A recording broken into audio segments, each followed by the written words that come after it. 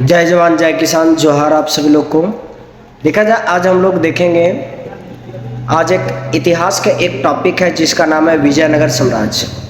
आज विजयनगर साम्राज्य के बारे में हम लोग जानने का प्रयास करेंगे कि क्या उसका इतिहास में क्या रोल रहा है। तो देखा जाए भारतीय इतिहास में विजयनगर साम्राज्य जो था, अभी के टाइम में वर्तमान समय में देखा जाए तो यह विजयनगर साम्राज्य जो था यह कर्नाटक राज्य में था। ठीक है, तो वहीं का एक जीता जागता एक कहा जाए कि कहानी है, इतिहास है, जो हम लोग देखते हैं कि विजयनगर साम्राज्य की स्थापना 1336 में, विजयनगर साम्राज्य की स्थापना 1336 में दो भाइयों के द्वारा हुआ था जिसका नाम था हरिहर बुक्का। ठीक है, तो हरिहर बुक्का नामक दो व्यक्ति, ये दोनों भाइयों ने मिलकर एक साम्राज्य को स्थापित किया। देखा जाए यह साम्राज्य जो था यह कहा जाए कि दिल्ली सल्तनत में उस टाइम में एक राजा था जिसका नाम था मोहम्मद बिन तुगलक के शासनकाल में यह साम्राज्य को स्थापित किया गया था। और यह साम्राज्य जो था कहा जाए एक्चुअली यह तुंगभद्रा नदी के तट पर स्थित था और यह राजधानी जो है इसकी, विजयनगर साम्राज्य की राजधानी जो था ये हम्पी था। देखा जाए हम्पी नाम क्यों पड़ा, तो हम्पी नाम के पीछे बहुत ही ज़्यादा रहस्य है, क्योंकि बताया जाता है इतिहासकारों के द्वारा कि हम्पी जो था वहाँ का एक मातृ देवी थी। हम्पी जो थी वहाँ की मातृ देवी का नाम था पंपा देवी। उन्हीं के नाम से जो था विजयनगर साम्राज्य की राजधानी जो था पंपी को स्थापित किया गया था। बताया जाता है आगे वहाँ पर कि इस विजयनगर साम्राज्य का जो सर्वेक्षण सबसे पहले बार मानचित्र पे दिखाने का काम किए थे एक विद्वान का नाम है कॉलिन मैकेंजी।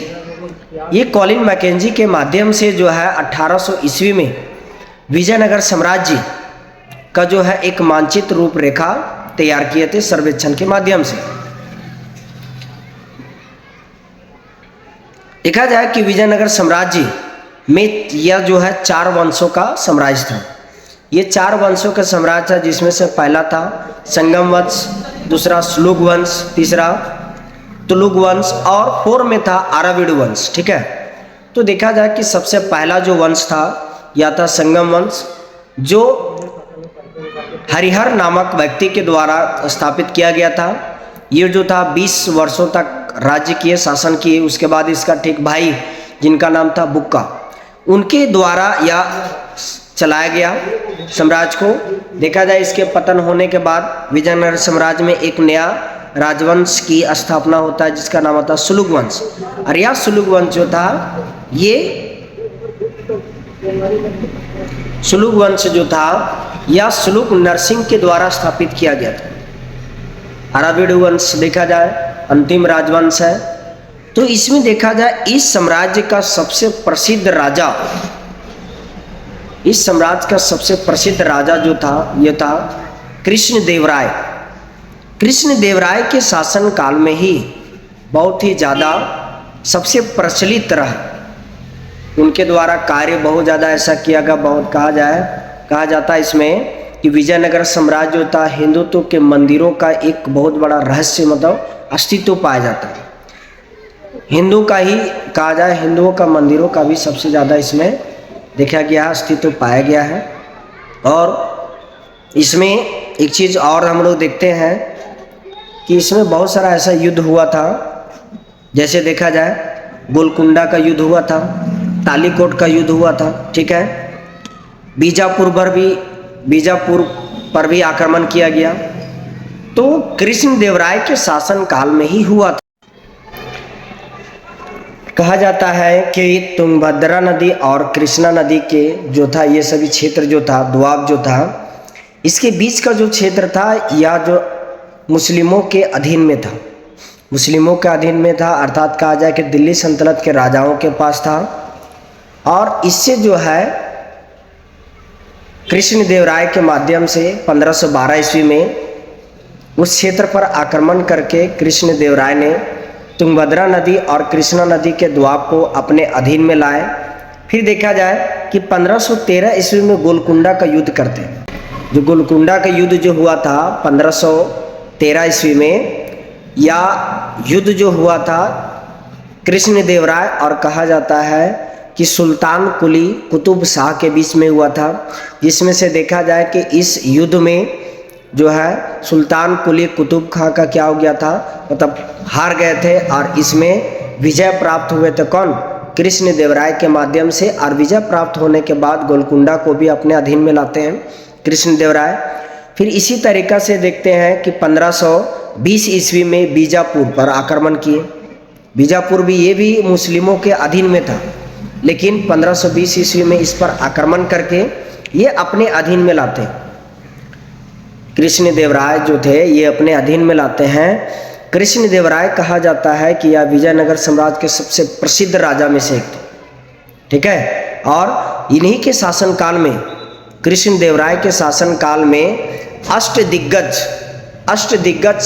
बैठा करते थे। अष्टदिग्गज का मतलब क्या होता है कि कृष्ण देव राय के दरबार में 8 जो थे तेलुगु कवि बैठा करते थे, तेलुगु कवि बैठा करते थे उनके दरबार में, ठीक है। तो इसीलिए कहा जाता है कि विजयनगर साम्राज्य में जो है अष्टदिग्गज किनके दरबार में रहते थे, तो हम लोग क्या बोलेंगे कि कृष्ण देव राय के दरबार में जो थे ये अष्टदिग्गज बैठा करते थे। अर्थात कहा जाए कि 8 तमिल तेलुगु जो थे तेलुगु कवि बैठा करते थे, ठीक है। आगे हम लोग देखते हैं इसमें कि फिर देखते हैं इसमें मंदिरों का साक्ष्य बहुत ज़्यादा प्राप्त होता है, ठीक है। तो मंदिरों को जोड़ने, अर्थात कहा जाए कि मंदिरों का प्रवेश द्वार को गोपुरम के नाम से जानते हैं।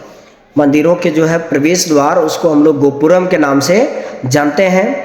इसी के शासनकाल में देखा जाए तालीकोटा का युद्ध होता है। तालीकोटा का युद्ध एक ऐसा युद्ध था, ये युद्ध ही जो है विजयनगर साम्राज्य को पूरी तरह से समाप्त कर देता, अर्थात पतन की ओर ले जाता, ठीक है। बताया जाता है कि यह युद्ध 23 जनवरी 1565 को हुआ था। उस टाइम विजयनगर साम्राज्य के शासक के रूप में जो थे सदाशिव राय थे। तो सदाशिव राय जो थे, कहा जाता है कि सदाशिव राय का पूरा शक्ति इनके प्रधानमंत्री, इनके मंत्री जिसका नाम था राम राय के हाथ में था। पूरा सारा कहा जाए कि ताकत जो था सदाशिव राय का, ये उसके मंत्री जिसका नाम था राम राय के हाथ में था, जो वह पकड़ा गया था। पकड़ाने के उपरांत में क्या होता है कि इसका मृत्यु हो जाता है।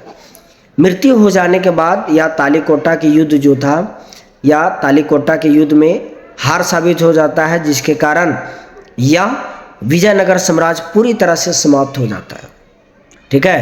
पूरी तरह से समाप्त हो जाता है। और यह तालीकोटा के युद्ध जो हुआ था इसे हम लोग राजसी तगड़ी के नाम से भी जानते हैं। राजसी तगड़ी या राक्षस तगड़ी के नाम से भी जानते हैं। तो देखा जाए यह नाम क्यों पड़ा तालीकोटा के युद्ध के बारे में।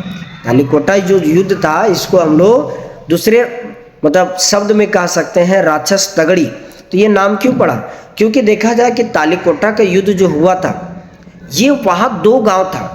एक गांव था राक्षस, एक गांव का नाम था तगड़ी। एक गांव का नाम था राक्षस, एक नाम का नाम था तगड़ी।